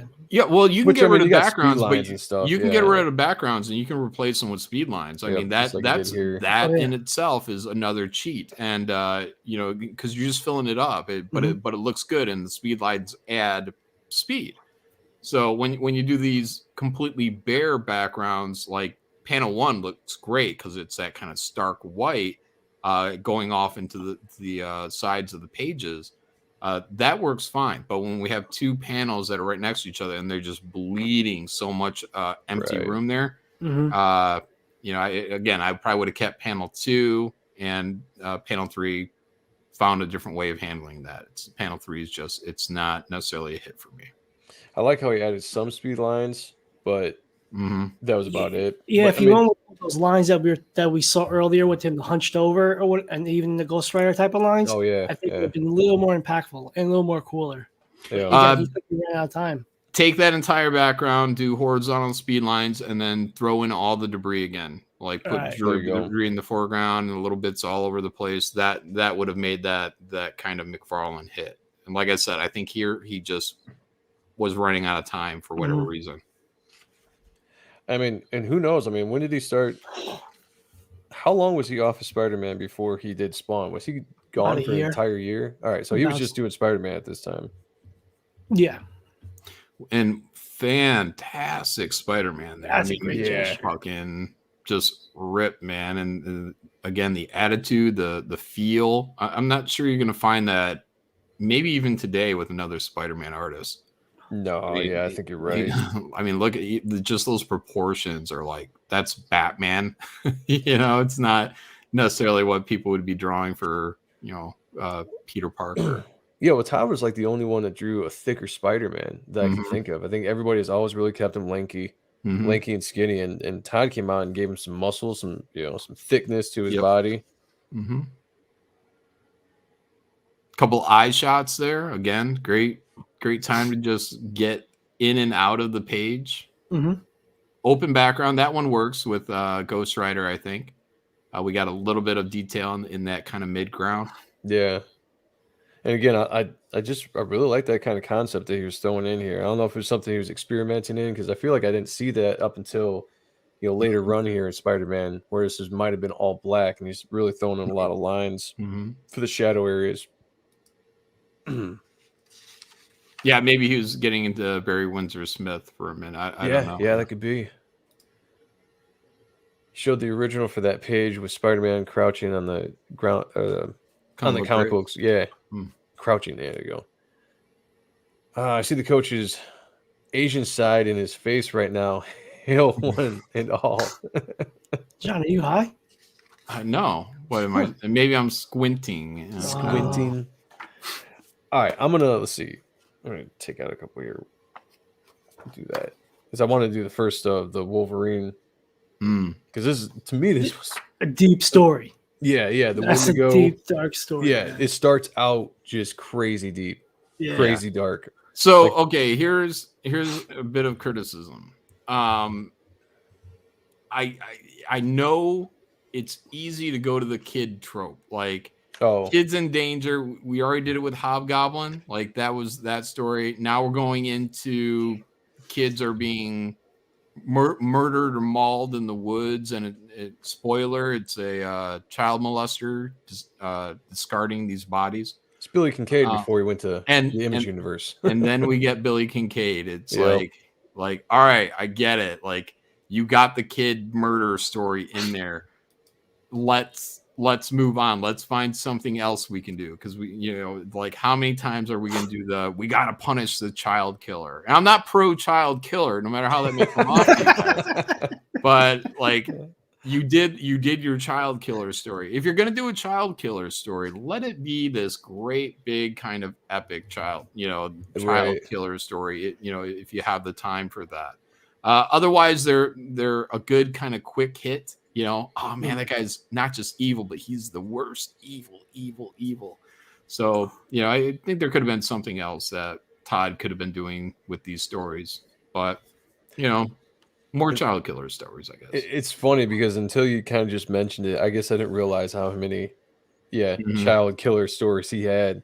Yeah. Again, it's kind of that quick way to say, hey, I want to get that super high emotional charge out of my audience. You know what I mean? It's a good trick. It works. But from a writing point of view, I just say, Todd, you just did that.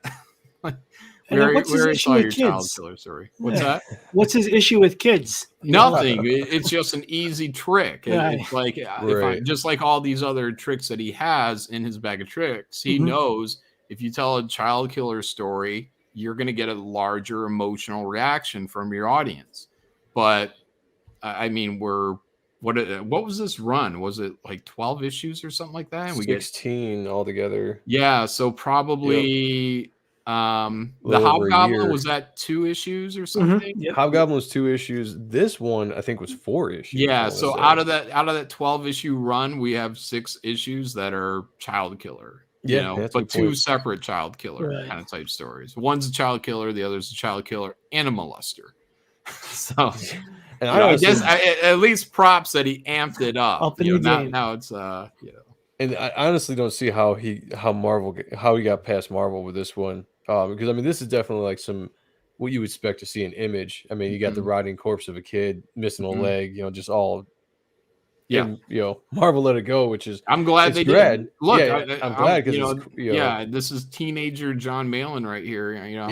I don't know, 14 years old. I mean, I loved this stuff. I was like, again, for me, I loved. Like I felt I was a kid, but I was reading stuff that was meant for older kids. That's how I felt when I was reading it, and that made me feel like, yeah, man, I'm cooler than these kids watching G.I. Joe still, because I'm over here reading Todd Mcfarlane, Spider-Man. Those other kids are chumps. So, like I said, it was a maturing fact for me reading Todd McFarlane Spider-Man, because it's one of the reasons why I put it kind of in the title or in the description is like his dark take on Spider-Man, because this entire run is a very dark take. Even when we get to like, oh yeah, there's what we're talking about. He's got the dude hanging by his fingers. Yeah. Just chilling. And sitting on his back, right? Yeah, and sitting on his back, yep. It's a killer shot, though. I mean, like it's just so cool. But yeah, and the guy is black. Is he black? Yeah. I actually noticed that the other day. I was like, you couldn't get away with that today. Oh no, yeah, that would be kicked off of Kickstarter. Yeah. There's no way that would go. This is where Malin is laying low. I did see Shane's over on Bancroft's channel, I think, right now. So is he? Yeah. Yeah, no, I've committed to this stream a week ago. So. Yep. Awesome shot there. Again, silhouette. Verticals, yeah. Verticals, does his thing. Great. He draws great fingers. Oh, there we go. This is another what about the fence, though? Let's give him some credit on that fence. On the fence? Yeah, I mean, like, again, Todd, just, look at these fences. Like, there's a nice wood fence. It looks great. There's a nice chain link fence. Like, those look awesome. Again, they're very simple, but fun to look at, man. And that black eye there, I mean, again, if you guys can't see the manga, in Todd McFarlane's artwork, I can't help you at this point. Right. So speed lines, these characters' faces, I mean, this could be any great action manga. Yeah, I think a lot of people, at least maybe from our era that grew up reading these, can definitely see the influence. It's funny when you mention that to somebody that is in like maybe the traditional manga. They're like, I don't see any manga in this. I'm like, well, then you're just not looking. That's all right. I'm not trying to convince them. I don't care. What I care about is the fantastic American art, that superhero art that we get out of some of these guys. And Todd McFarlane's doing it. Again, he's doing it without trying to be it. Right. He's just trying to do his own thing and take his own influences and put whatever his heart and soul onto these pages, because he cares right now. He's writing and drawing. He really cares about what he's doing. That's a killer shot. Great gesture. Yeah. It's just, you haven't seen it. Like, again, he puts him in these different positions. He finds new unique ways to kind of do Spider-Man. Here you got the different angle of the camera. You don't really see a lot of his body, but you see enough. And then he gets this beautiful cityscape. But also what you're getting like, so you guys remember How to Draw Comics the Marvel Way, and it'd be like you'd have that punch cycle or that running cycle, and you'd want to get the body as low as possible. And you look at even Kirby or whatnot, and you have those very low runs where these guys are just completely barreled over, low running. Yeah. He has Spider-Man in this scene. This shot is the absolute lowest that you can run. So that's what we're actually looking at. If there was a ground underneath him, everybody would just be like, damn, that's a low run. But he did it in midair. It's like, hey, I'm going to do my own version of the low run, but it's going to be midair, and then fill it up with some background buildings, and fantastic. And not for nothing, as a kid, I always thought that if they were to ever redo the balloon for the Macy's parade, this would be a great one to do. Yeah, good point. How cool would that be? Hell yeah. Yeah, that would be perfect for like Marvel, because you'd say, look at our dynamic character. Daily Bug. I love that. Yeah, I guess I never noticed that before. Yeah, perfect. Airplane. And then you're in the plane. Again, there's one of those congested scenes. Again, I think Todd's great at that. Will Spertasio's great at that. Like, and some of these just really live and breathe, and other people can't pull that off. Like Rob can't pull that off. Like his characters look like they're in an action movie, but Rob cannot do like the atmosphere that Todd McFarlane can do. Right. Yeah, I agree with you on that for sure. Yeah. That's what and again, I don't know if he's trying to imply that he's eating the kid, which he's not, because we figure out that later, or if it's something else, because I can't really remember. Deer or something, yeah. But yeah, it was just what I loved about comics in the 90s is you had a lot of these guys coming up, these superstar guys, and each of them gave you something that the other ones didn't.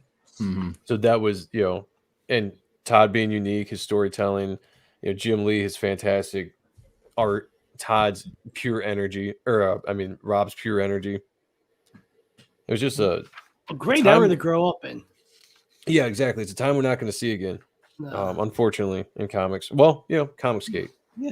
Comicsgate is the best, possible chance we have to see a lot of that again. Facts.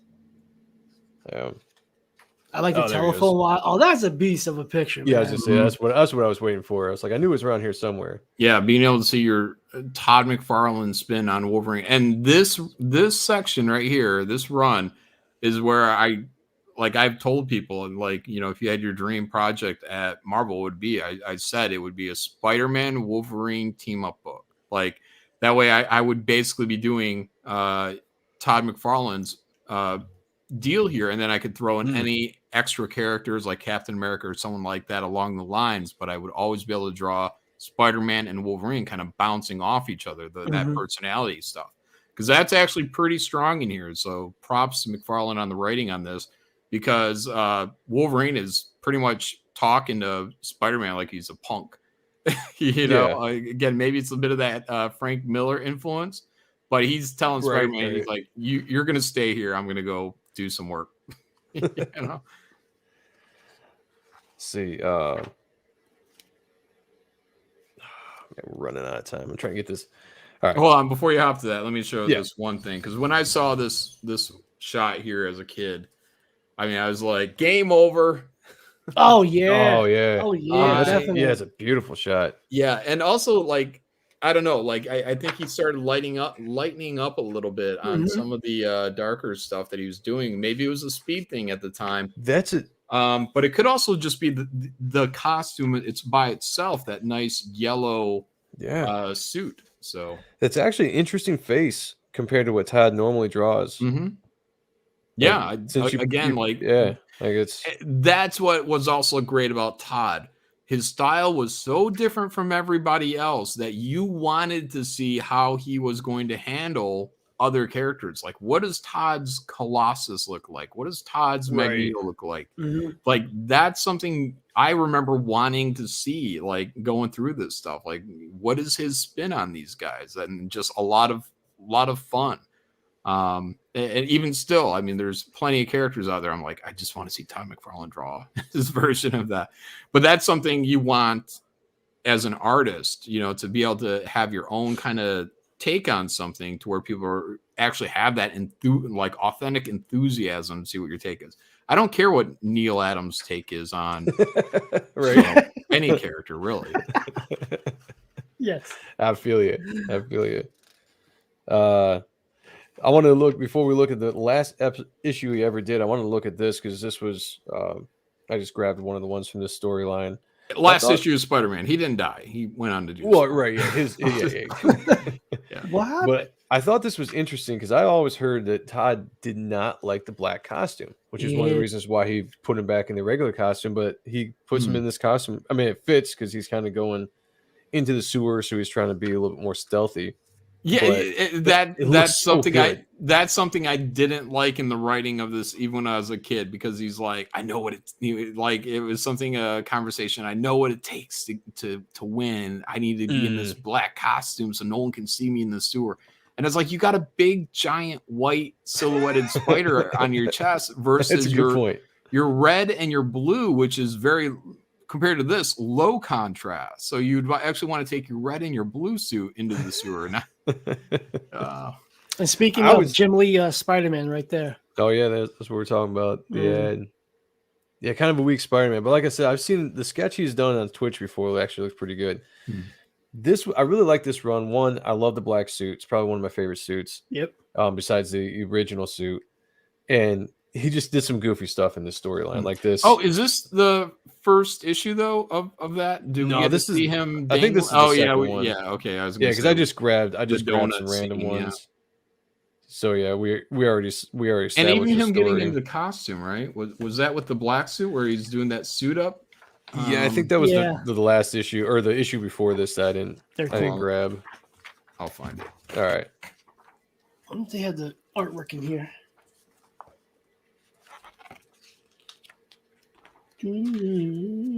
Random test is Wolverine smoking cigarettes in Todd's book. Yeah, like he should be. There you guys go. That's Spider-Man with his donuts. Oh yeah, yep. These little comedic moments, lighthearted. That's great, fantastic stuff. And what was the other? Oh, him getting the costume on. Like, I remember this one shot, and again, like, this made me want to draw. Yeah, exactly. Yeah, there you go.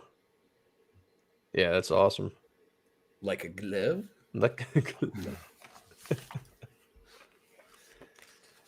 Yeah, these were fun issues. And he, put them in the sewers or underground so you can go really heavy blacks. I mean, there's again, like when we covered Pit issue 1 or any of the books back in this era where they had like some really heavy blacks, there's something about it that I still really, really like.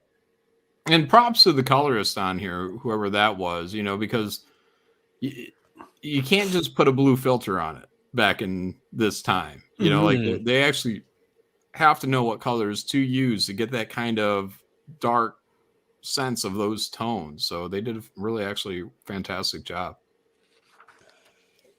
He just killer Morbius. Yeah. Well, that up face is a little wild, but still cool.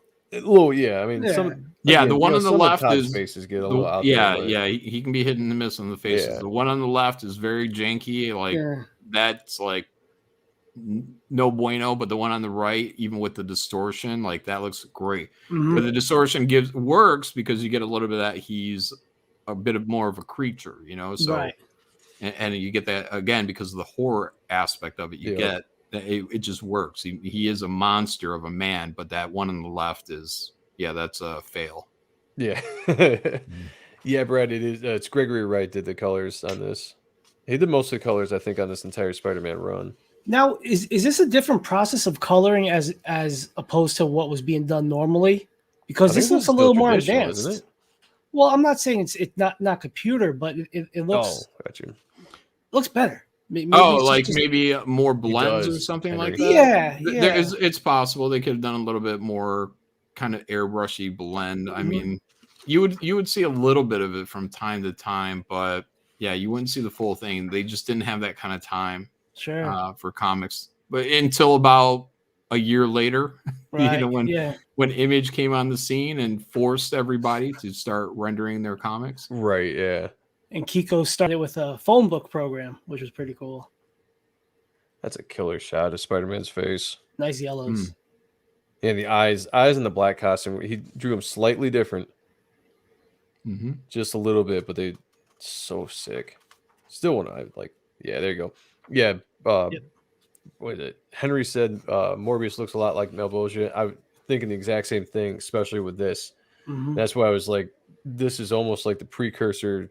You see a lot of this stuff get into Spawn, which makes sense. You know, you're coming off of the most influences, and these are all his designs, what he's doing with these characters. I wish Malbolgia looked more like Morbius, though. Like instead of the fat pot belly. I feel like we already get the Violator, the Vindicator, what are his brothers, you know? It's like, okay, we got that one design, and now we get Malbolgia, and it's like, okay, same design. And if Malbolgia was actually this Morbius type character, that would have been fun, because we could have seen the flowing cape kind of playing off Spawn. We could have actually maybe had a little bit more kind of Earth type interactions between Spawn and Malbolgia. Maybe Malbolgia just showing up, you know, in this form, like pouring out of a shadow. Like that would have been a lot more interesting to me than what we actually got.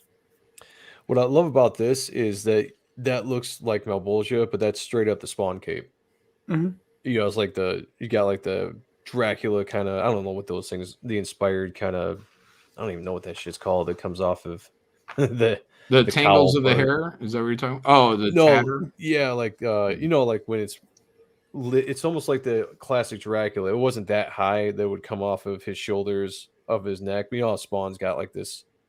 I know there's a name to it. I know there's a name. Yeah, there's a specific name for it, and I can't think of it offhand, but yeah, just more of that great gritty line work in the face. Yeah, I was like, here we go with some very, very caricatures of right here. People here. They got the. I'm sorry if I can't fully get this to. Oh, nice. Here, let me move it over the best I can. Awesome. And then you got the cover, the pencils, the inks, and the final. But yeah, that's fucking dope. Hell yeah, that's badass.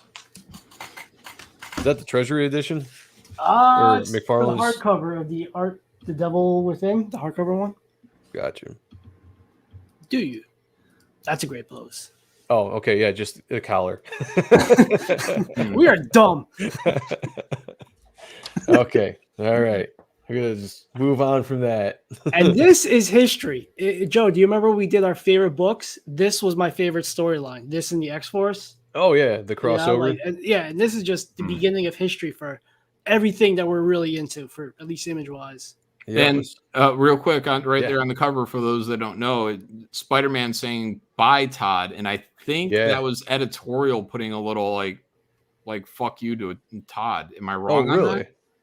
Yeah, I think that was like "Bye, Todd." Shit. Yeah, I think that's what it was. This is the one where this is the issue that allegedly broke Todd McFarlane's back with dealing with editors, and he's just like, "That's it. I got to go do my own thing." Because they kept fucking with this shit, just like they did with me. 20 years later, they just kept fucking with me. And I was just like, that's it. I think I'm done, man.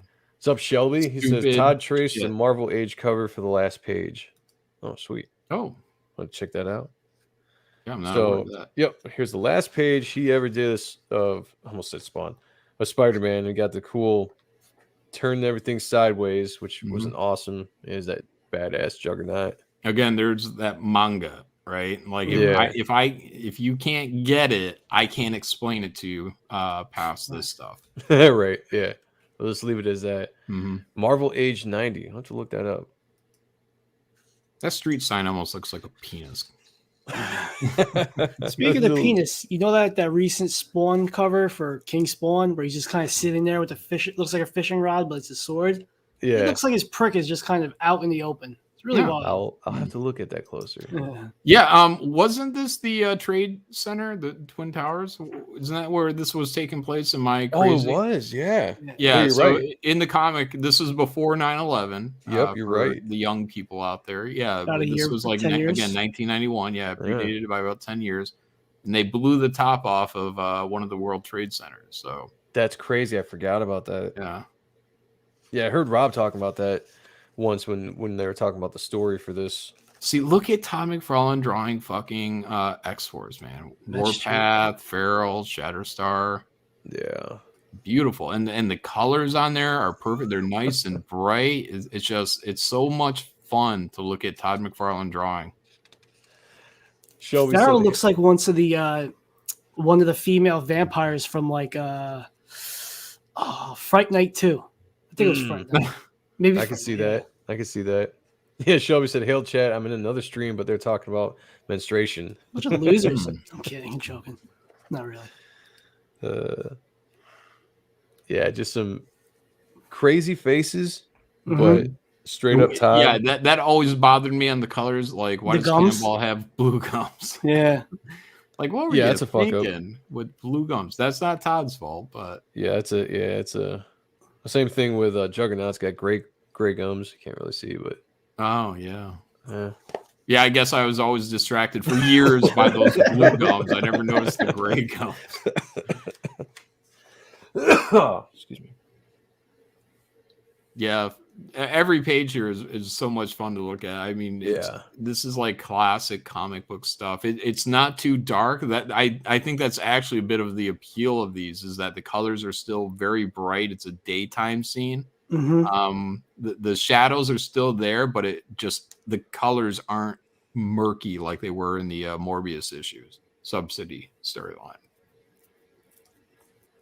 Now, would you ever do a book like this, sideways wise, if the story tells it, John? Sure. I'll bring that up, Shelby. I would hopefully try to find a reason. Maybe if it's just like a special thing, like what Rob and Todd did here. Like, hey, we just want to do this as a sideways deal, just because. Like, okay, I guess that's a good reason to do it. Sure. But if you can find an actual reason, like the Hawk and Dove that Rob did, he went sideways on that, and then the editors ended up turning it all proper, the vertical. Yeah, they had to cut it all up. Yeah, but he did that because they had already established, like, when you go to, I think Eric Larson had done a DC story or something where they went to this kind of chaos universe, and the moment they went there, it all went sideways. So you'd have to read the whole thing sideways. So I think something like that is a great reason to go sideways when you're normally not sideways. And then Rob did it, and the editors got pissed because they weren't informed enough on the history of their own properties as well as Rob was, and they ended up turning everything proper. But man, God, that's so much fun. Look at that. Yeah. So you just want to draw everything on the last thing. I mean, it's such a shame that the editors just kept fucking with Todd. It's like you have a goose laying golden eggs here every fucking month, and you guys are just fucking with him. Like, you had, again, you got away with the child molester story, the mutilated body, even though we're seeing it mostly in silhouette. All that stuff is fine and dandy, but you can't show a blade going through Juggernaut's eye. But you can see a mutilated child, but you can't see a blade going through a god's eye. That's what I'm saying. Like, I found it crazy that some of that stuff. Oh, really? Did you? Yeah, I think I called it a couple times. It wasn't even hard. It's like they gave you like a scenario, like, I don't know. There's something with metal. Who do you use? Or there's fire. There's fire. Who do you use? I guess you use Iceman. Something needs to be cut through. Who do you? And I was like, oh, Wolverine. And it was. I only remember it being so many questions. What'd you win? Was it automated? Nothing. I didn't get anything. Nothing that I recall. Bastards. So disappointed. Great Cable. Domino. What's her name? Not Banshee. Siren? Siren, yeah. Siren. Gideon. Is that Sunspot down there? Yeah. Yep. Yeah, no, that's a money shot right there. I love that armor. When I did my last page, I think maybe my last 2 pages of my Cable run, there was nothing specified, so I just drew him. Nice. Yeah. I was like, all right, well, here's my goodbye. So. Henry said John Byrne did that sideways issue of Fantastic Four. He just did it. He asked for no permission. Yeah, Byrne could do that kind of stuff. Nobody was going to say no to Byrne. Yeah. No, you can do whatever you want. I just prefer there to be some kind of logic to it, but if it's, buddies, like if Shane and I said one day, hey, let's do a crossover, but let's do the whole thing sideways, that would be kind of a fun way of doing it. But in the story, if like I'm doing Godlike, if I said I would like to take them to a kind of chaotic dimension or something, or a different plane, like a spirit realm, and if I turned it sideways, then that'd be a good reason to do it, because it'd just be, you're somewhere different. This experience is going to be a little bit different for you. So, but you can do whatever you want, really. Why not? So here is the straw that broke the camel's back. Mm-hmm. Panel 3 right there, because they just made it all blood, and it used to be a penetration scene. I wonder if this book has it. Well, if not, I got it right here. But if you do, do you have it? Okay. Yep, I've got. Oh yeah, I got it. It has here. It. So that's the best image I could find from. No, that's better than what this book has. This book, it's not even that good. You got it, Sean? Yeah. Can you see clearly, or do I need to move? Oh, nice. Yeah. Is that okay? Yeah, that's good. That's good. Okay. What book is that? Mystery. This is the devil one. Oh, okay. I need to get that. I thought you had this. No, I said it was a good book, but I've never had it. Didn't we look through it together? We might have. God damn it. Yeah, yep. So there it is. And really, it's not that bad, honestly. No, not at all. Yeah, when you talk about dead kids and other stuff, cocaine, comparable, and cocaine on the ground, that is not that bad at all. Yep. Todd wanted full penetration. And then can we see the actual one now? Yeah. So, oops. Go. Yeah. So, it's wild. Yeah.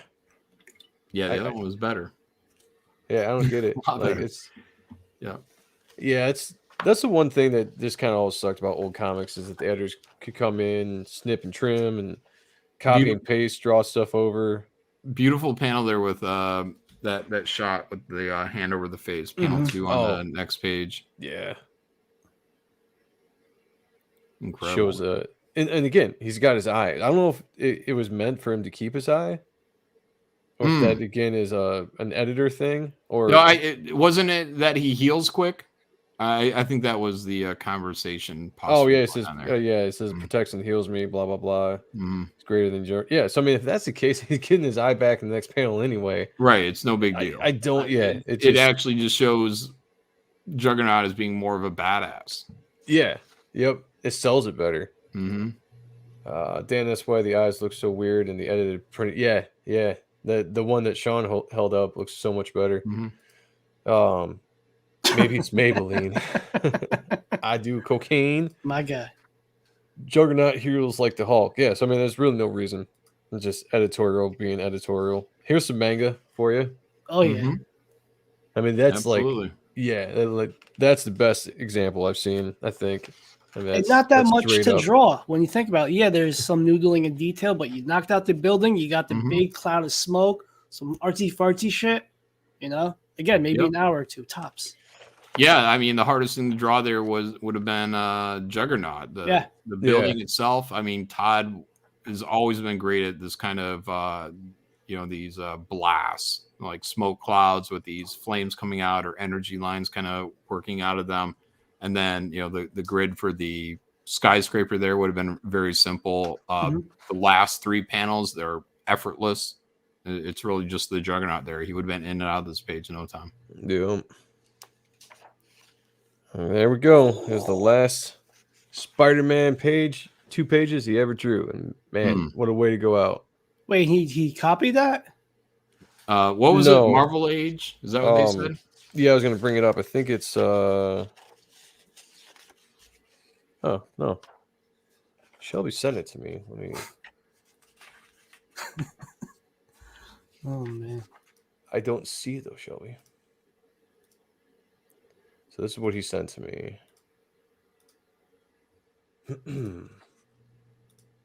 I do recognize that image. Oh. Whoops. Okay, yeah.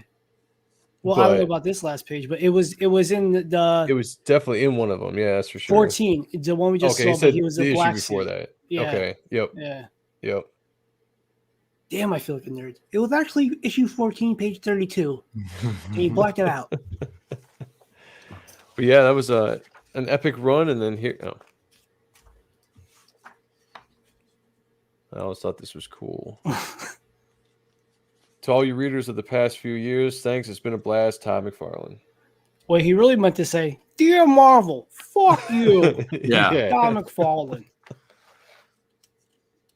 Yeah, that's cool. I mean, it's sucky that it had to end that way, but I think what we a all run. got. Yeah, I think we all got better with Spawn and what he did. You know, again, it sucks, but fucking hey, man.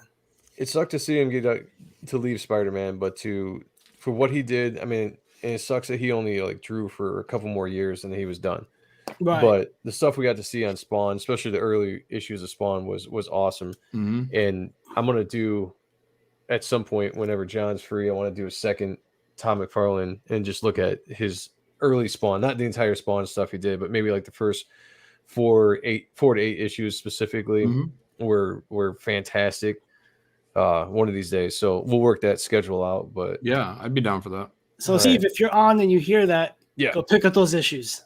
Yeah, volume 1 of you just find volume 1 of Spawn. They have collected editions. And in fact, it might even be free on Comixology. If you have the unlimited Comixology, it might have the collected version you can read for free. I'll hit. Go get the book. Yeah, the last page as a poster would be awesome. It's cool he ended on Liefeld's crossover. Yeah, it was really cool that they got to do that. Yeah, they were good buddies at the time. Yeah, at the time. Yeah, that's for sure. I think they grew apart. Well, it's almost midnight, so we're going to end the stream here. I appreciate everybody sticking with us this long and just checking out some awesome art, the stuff that inspires us. It's so cool for me to look through these old books, especially with John here, getting the insight like he always does when he's on these streams with us. Like we said at the beginning of the show, John's winning a feud right now. John, would you like to tell us a little bit about that before we get out of here? Winning? No, it's already won. Oh, it's won. It's over. Yeah, my bad. Yeah, no.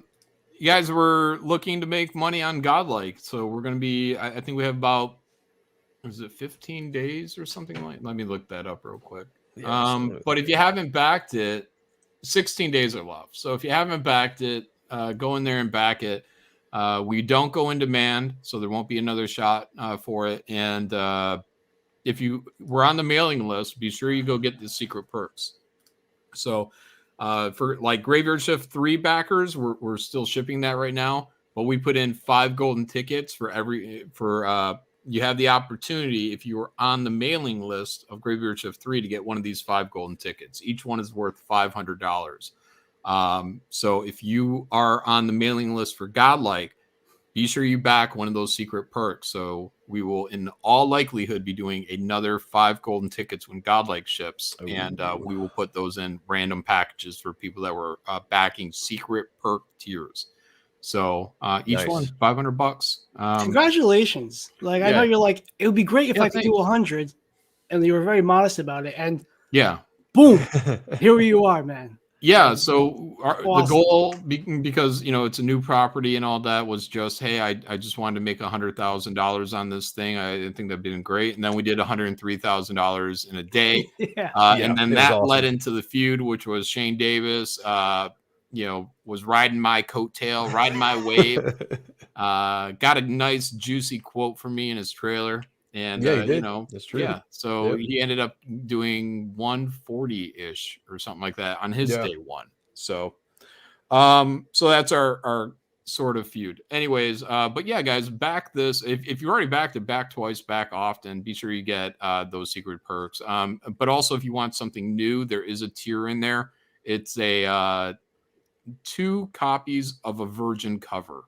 And it's $50 on the main perk, but if you have the secret tier, go do it on the secret tier because you can get it for cheaper.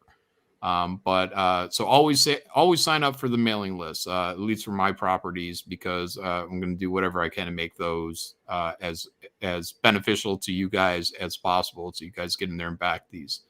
But yeah, there's a virgin cover there, and it's a 2-pack just so people can get 2, like that simple. But find something you want on there, guys. And it's I think it's going to be a fantastic book. And again, same thing is like, I'm writing it, I'm drawing it. I want to do, what my heroes have done, tell, that one kind of great story with that synergy between text and art and graphics. So that's my goal. So hopefully you guys will get in there. But, the quick pitch is it's 10,000 years from now. The galactic wars are over and a new dark age has begun, and humanity needs a new champion. So we're at the losing end of a war, and that's it. So go in there, check it out. Hell yeah! Everybody do that. Do it now, and don't forget the Visions 2 book is coming as well. Gotta have some cool shit in that as well. Yeah, that'll be another pinup book. I'll be reaching out to artists over the course of this year or a full year, so into next year as well. Just randomly and saying, hey guys, I see you have a project out. I'd like to put your main female character into this book in a little bit of a sexy pose. And then in the background, you can do whatever you want to best represent your project. And then when my backers get this book, which will be a lot of backers, they'll see what else is out there and hopefully consider backing your project. So you should make it your best work. You should always make it your best work anytime you do work for somebody, but this one for sure. So yeah, draw like you're trying to kick everybody's ass. Yeah, that's right. That's right. I remember when John was doing Deadpool Cable, I think it was, or was it Thunderbolts? Whatever. It was the one that Riley Brown was on, and you're like, I want to crush him. Yeah, I'm like, yeah, that's a great mentality. Crush that guy and crush everybody else. I don't want to be second best on any book, so I worked hard. And Dash Martin colored that those 12 pages, because I did half of the book and Riley Brown did the other half. But Dash is also the colorist for Godlike, so that's really awesome. Really great stuff. And that's great that the two of you are teaming up again. Yeah, looking forward to that. All right, guys. Well, no odd stuff this weekend. We will be back on Wednesday, and then we are leading up to our 100th show episode on October 1st. So I'm celebrating the returning of 39 again on Friday. So I need a day to myself to play with my new this weekend. Everybody wish him happy birthday when you see it. Don't do that. And we'll be inviting some guests on for the 100th episode. John, if you're free, we'd love to have you come on. Nobody has to be on for the entire show. Or just people can have the link and pop on whenever they want. When is it? October 1st. It's a Friday. Oh, well, we'll just see when the time comes. All right. Yep. All right, guys. Well, thank you so much for joining us. Until next time, we'll talk to you all later. Peace.